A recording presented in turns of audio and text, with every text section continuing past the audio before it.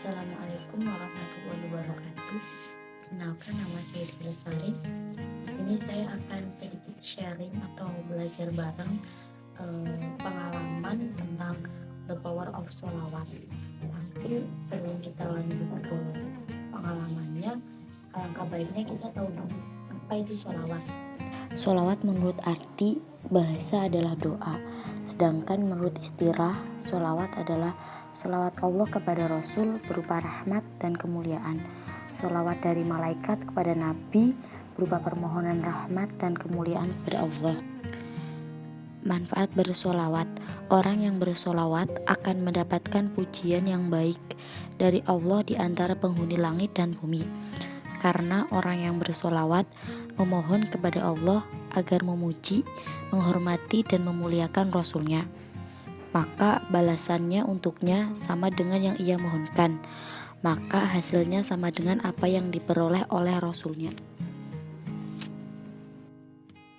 Sholawat dan sholawat adalah dua senjata Kiai Ahmad Masduki Mahfud Almarhum.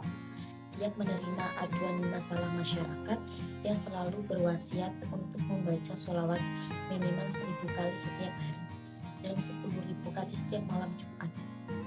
Mantan Rais Syuriah PWNU Jatim dan Rais Syuriah PWNU periode 2010 sampai 2015 dikenal sebagai pendiri Pondok Pesantren Salafiyah As-Safiyah Nurul Huda Margosono Malang. Ini memiliki pengalaman menarik tentang sholawat Nabi, tepatnya pada tahun 1956 saat ia menempati atau bersekolah di SLTA di mana itu di Yogyakarta.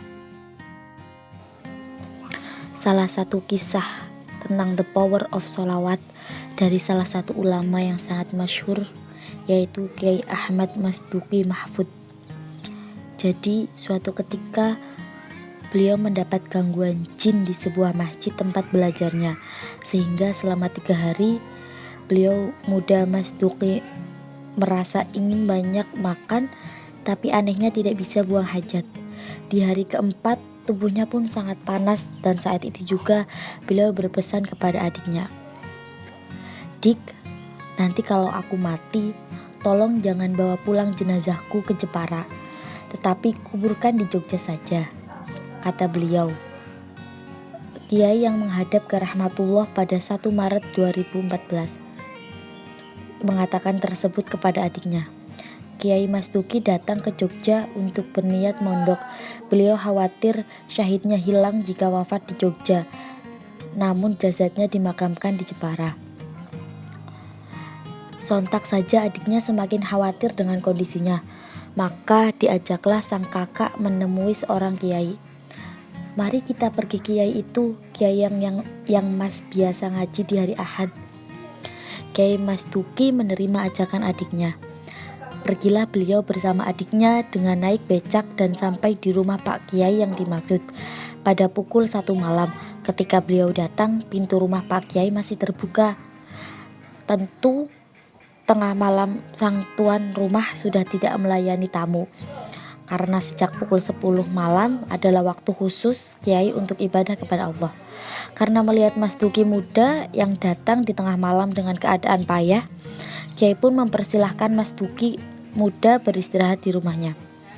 Masduki muda pun tertidur di rumah Kiai itu. Baru beberapa jam di rumah Kiai, tepatnya pukul 3 malam, beliau terbangun karena merasa mulas ingin buang hajat. Setelah itu, rasa sakit dan panas yang dirasakannya hilang.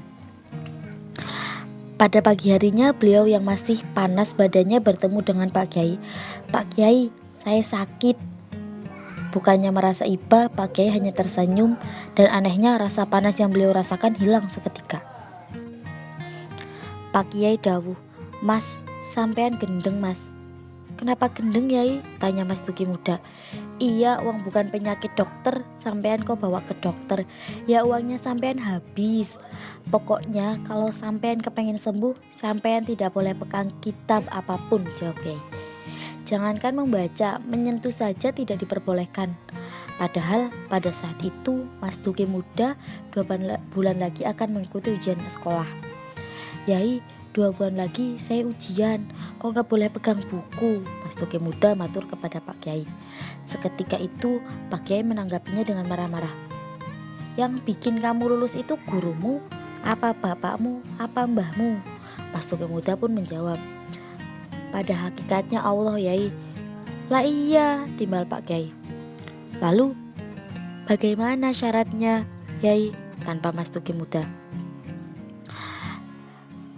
Tiap hari kamu harus baca sholawat yang banyak.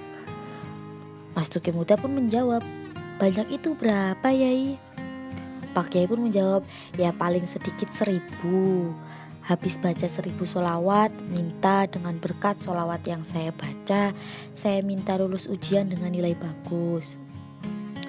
Ya sudah, Mas Duki muda tidak berani pegang kitab maupun buku, karena memang ingin sembuh. Mendengar cerita dari Mas Duki muda, paman beliau marah-marah. Bagaimana kamu ini? Dari Jepara ke sini, kamu kok nggak belajar? Mas Duki muda tidak berani berkomentar apa-apa, karena beliau menuruti dawuh Kiai untuk tidak menyentuh kitab atau buku. Beliau nurut saja.